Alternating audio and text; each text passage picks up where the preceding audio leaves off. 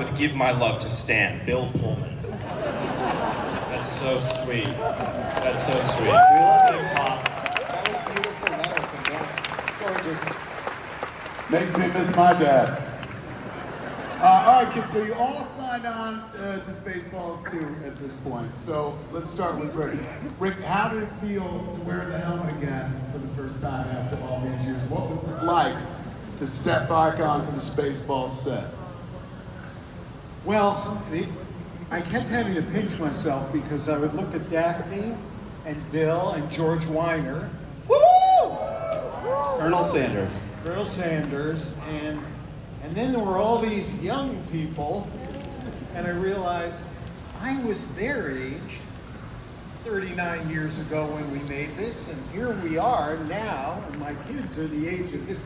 I felt like I was in a time warp, but I was in that outfit and wearing the helmet, and it just felt very strange, to be honest with you. But it started to feel really good, and I really started to love it.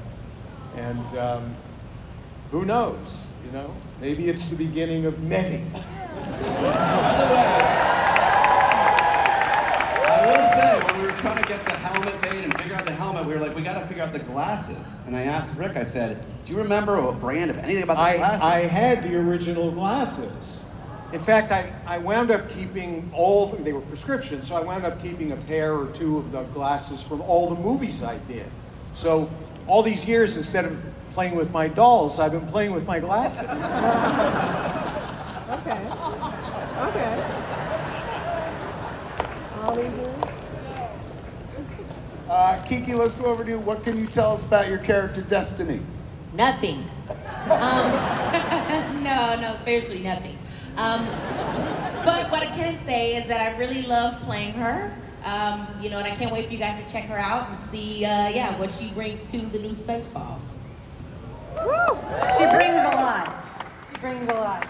By the way, my niece, sorry, this isn't scripted, but my niece was like, I'm doing Spaceballs, and she's like, that's nice, Auntie. God, you're so old. And then I say, Kiki Palmer's in it. She's like, what? Kiki Palmer's in Spaceballs? Why didn't you tell me? And she did a video for her and everything. So you are part of this new generation. We're going to bring a whole bunch of new young people to this movie because of you guys. Oh, my God. Louis, you are mostly known for your amazing dramatic work, and while I got the chance to say it, man, that movie was amazing.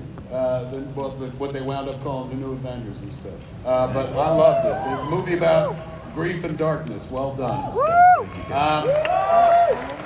But this is comedy. What's it like to throw yourself into comedy with a big C? Terrifying. I mean, it's terrifying before I set foot on set. And then it was just probably the most fun I've ever had on set. It was the most joyous. Greenbaum, everyone here led this whole thing with such love and such understanding that the recipe requires failure and almost begs for it.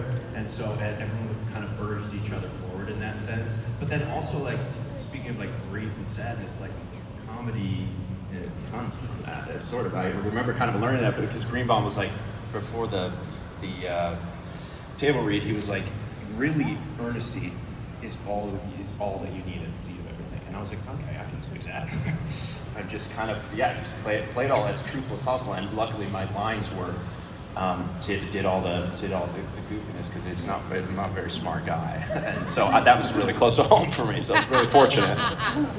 I think that's the thing that Josh always said too, Josh Gad, both Josh Greenbaum and Josh Gad, but you said it at the beginning of this, Josh Gad, where it's just the truth of it. That's what makes it funny, is the heart, the pathos, that no matter what, that's what's guiding the story. And I feel like we all really had a lot of fun with that, doing this, finding the heart in every moment. Yeah. What are you looking like that for? I just like that you got the mic back up. I was like, you got to be talking more, Kiki. It's always fun when you pick up the mic.